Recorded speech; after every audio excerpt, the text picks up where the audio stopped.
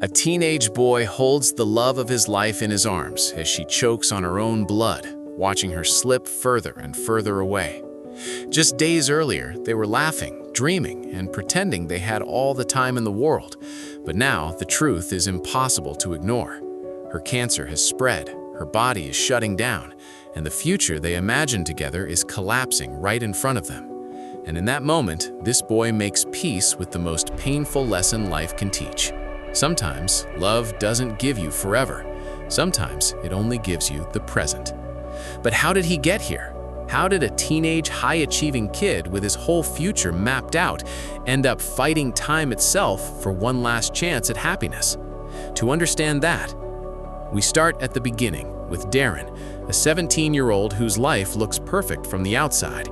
He's smart, disciplined, athletic, and focused. He's the kind of kid who seems destined for greatness. His father, Xavier, has carefully built a path for him. Work hard, stay focused, get into Harvard, and secure a future that looks impressive on paper. Darren has spent most of his life trying to live up to that blueprint. Every achievement, every choice, every step forward feels less like a dream he chose for himself and more like a life he's been instructed to live. Darren's father isn't simply strict, he's controlling. He believes structure is the only way to guarantee success, and he pushes Darren relentlessly. To Xavier, distractions are dangerous, emotions get in the way, and there is no room for mistakes. Darren has learned to be obedient, careful, and polished, but underneath all of that is a teenager who has never really been allowed to figure out who he is beyond everyone else's expectations. Then, one night, everything changes.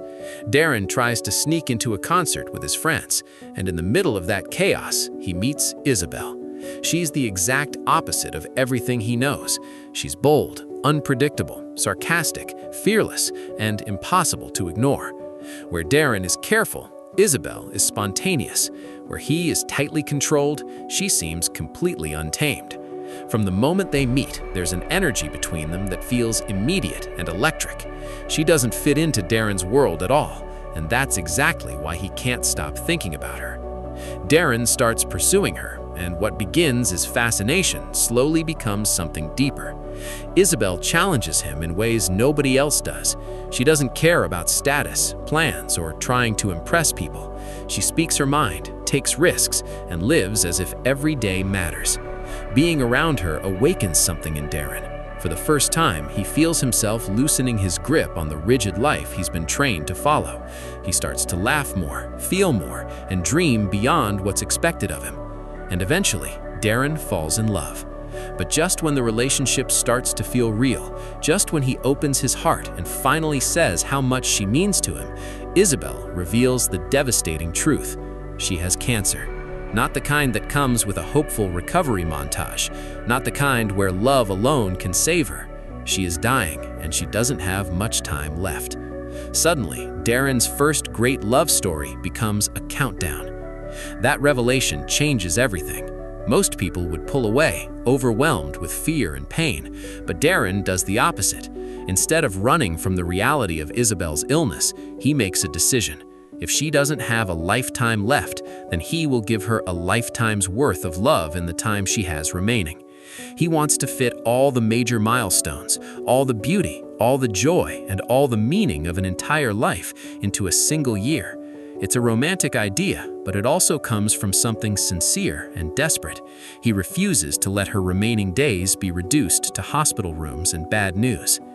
Darren throws himself into making Isabel feel alive. They create memories, chase experiences, and build a relationship under the shadow of mortality. But one of the most important things Isabel gives Darren isn't just romance, it's self-discovery. She sees through the polished version of him that everyone else accepts. She notices his passion for music, especially rap, and encourages him to explore it seriously. She helps him start making a demo, pushing him towards a version of himself that feels authentic instead of manufactured. Isabel doesn't just need Darren to save her last months from emptiness, she also saves him from living a life that was never truly his. Around her, he begins to realize that his achievements mean very little if they are built entirely on somebody else's expectations. Love becomes the force that wakes him up. Darren proposes to Isabel. Shocked by this, Isabel responds sarcastically. Oh, shit. Our way, we should do it tomorrow, right? That's a great idea. Okay, yeah, that's... And then we'll get to work making babies, am I right? And hey, if you enjoy deep, emotional movie stories like this, please like and subscribe to encourage this channel. It really helps. Thank you. Darren apologizes and eventually decides to take things slow and decides to bring Isabel home to meet his parents. And that moment goes about as badly as you'd expect. Xavier immediately disapproves. He sees Isabel not as a person, but a threat, a distraction from Harvard, discipline, and the future he has planned. The dinner becomes tense and uncomfortable as Xavier interrogates her and makes it painfully clear that he doesn't think she belongs in Darren's life. Isabel is humiliated. Darren is crushed, and the emotional distance between father and son finally starts to crack wide open. This conflict explodes when Darren revealed he got shortlisted for Harvard. He attends the interview that is supposed to be the proudest moment of his life, but instead he's distracted by everything Isabel has made him realize. When he's asked about himself, he can no longer hide behind rehearsed ambition. He admits, in essence, that the person he's been becoming isn't really him. It's the product of his father's design. That moment is a turning point. Darren comes home, clashes with Xavier, and the argument turns so intense it nearly becomes physical. His mother steps in, but the damage is already done. Darren finally breaks away from the life that has been imposed on him. He chooses Isabel. He chooses uncertainty. He chooses love, pain, and freedom over a future that looks secure but feels empty. Darren and Isabel spend real time together, no longer pretending that life will wait for them. Their love feels fuller now, more fragile, but also more honest. Yet the tragedy hanging over them never disappears. Darren tries to do something beautiful for Isabel by taking her to see her mother, Amanda, who abandoned her when she was a baby because of her addiction. He hopes to help heal one of the deepest wounds in Isabel's life, but the reunion goes terribly. Mommy? You, Amanda? You have to go. Isabel is forced to confront abandonment all over again, and the rejection reopens scars that were never allowed to heal. Emotionally shattered, Isabel lashes out while Darren is driving, and the chaos leads to an accident. Pain spills over, fear erupts, and in the aftermath, Isabel collapses and is rushed to the hospital. After she is discharged, there's a brief glimmer of peace. Amanda returns and apologizes, finally explaining why she left. It doesn't undo the damage, but it gives Isabel something she desperately needed, a chance to say goodbye with less bitterness in her heart. Meanwhile, Darren's mother finds him again, and for a moment there is a sense that maybe the broken pieces of his life can still be put back together. Isabel even encourages him to step away for a day and focus on himself. Darren uses that time to continue recording music, another sign that the person she has helped him become is finally taking shape. When Darren returns, he finds panic, blood, and Isabel unconscious on the floor. They rush her back to the hospital, and this time, the news is even worse. The cancer has spread. Her organs are shutting down. She has only weeks left. Darren breaks down. Instead of surrendering to despair, Isabel gives Darren one more unforgettable memory.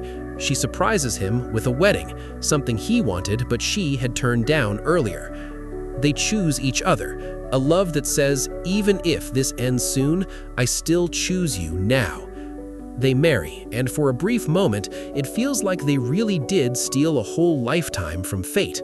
The milestones Darren promised, the love, the commitment, the intimacy, the sense of building a world together, are all compressed into this tiny, precious window. Not long after, Isabel dies. Darren loses the person who changed him most. After her death, Darren reconciles with his father. It's not as though all the pain vanishes overnight, but there is finally an understanding between them. Xavier is forced to see that life cannot be controlled into perfection, and Darren has become someone strong enough to define his own future. Eventually, after graduating, he moves to New York City to pursue music, the dream that only became possible because Isabel taught him to listen to himself.